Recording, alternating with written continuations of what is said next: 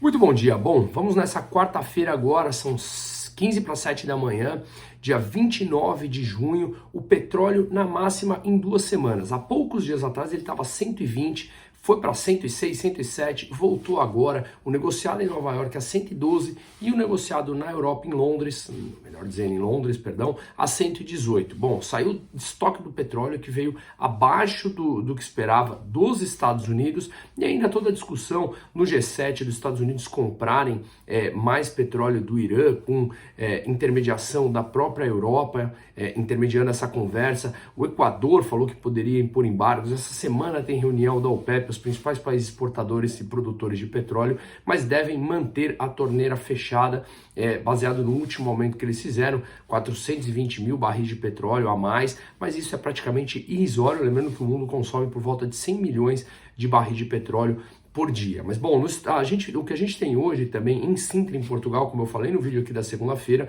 o encontro dos bancos centrais. Provavelmente o presidente do Banco Central, Jerome Powell, do Banco Central inglês, o Bailey, e a Christine Lagarde, presidente do Banco Central Europeu, deverão falar. O que a gente vê é Estados Unidos e Europa basicamente numa corda bamba. Ontem os mercados americanos caíram forte, a gente vê alguns dias de alta, depois cai demais.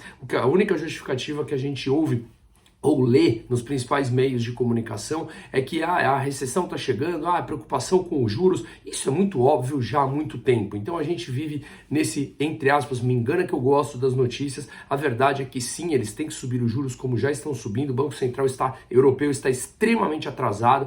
A Georgina do FMI já anunciou isso, já falou que os banqueiros centrais estão atrasados e que parecem criança de 8 anos correndo atrás de uma bola, esqueceram o resto do campo. Então o que a gente vê são dados que sim mostram que a recessão, se não chegou ainda, chegará muito em breve, principalmente na Europa, tá? Veja os juros, por exemplo, na Espanha, acabou de sair com 2 dígitos, 10,2% acima da expectativa, que era de 9%. O núcleo da inflação, que é quando você tira alimentos e energia, veio de 5,5%. Então, basicamente, o que a gente tem é uma inflação alta em toda a cadeia produtiva, a inflação ao produtor está mais de 40%, isso respinga também no consumidor, mas é a maior inflação desde agosto de 93, e a Alemanha vai divulgar agora também, deve vir por volta de 8%, essa inflação sai às 9 da manhã. Enfim, um problema global generalizado que a gente tem que entender que a solução de curto prazo não existe, e sim de longo prazo, com reformas, investimentos, abertura de mercado, permitir que a concorrência atue forte mesmo, e não com mais políticas intervencionistas e mais injeção de capital por parte dos bancos centrais, que é o que nos fez chegar até aqui. Agora, um dado importante que saiu sobre o Brasil e a Rússia: a importação brasileira vinda da Rússia cresceu 102% em 2022, tá? 3,4 bilhões de dólares. Para ter um efeito, um contexto, as importações brasileiras dos Estados Unidos cresceu 52%, da China 30% e da União Europeia 13%, da Rússia 102%.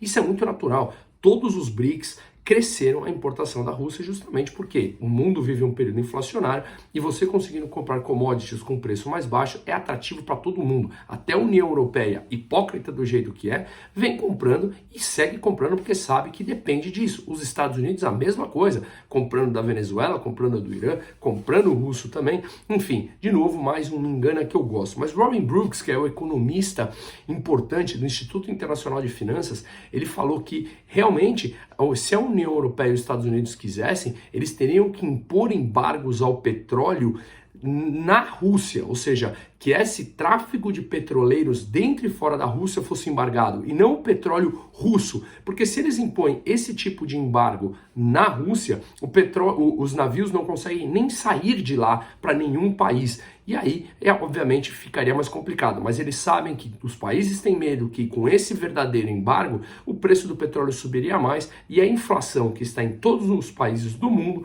atingiria diretamente todos nós, mais ainda, todos nós no mundo como um todo, porque os preços subiriam, obviamente. Então, fica nesse discursinho de querer ver quem tenta enganar mais o outro, mas, de novo, preto no branco, gente, gerar embargos realmente, verdadeiramente, como eles falam que querem fazer, geraria muito mais inflação no mundo todo, enquanto isso eles seguem comprando da Rússia, todos os países, e isso leva dólares ao russo, que mantém ativa a guerra, financiando eles de qualquer maneira. E tudo bem, o ponto é que o que sempre me incomoda, nunca isso é assumido diretamente. O que ele proporia, Robin Brooks, seria, se quisessem fazer esses embargos, não é que ele defenda isso, seria um seguro marítimo, embargar o seguro marítimo. 25 milhões de barris de petróleo russo por dia são exportados através de navios com bandeiras gregas.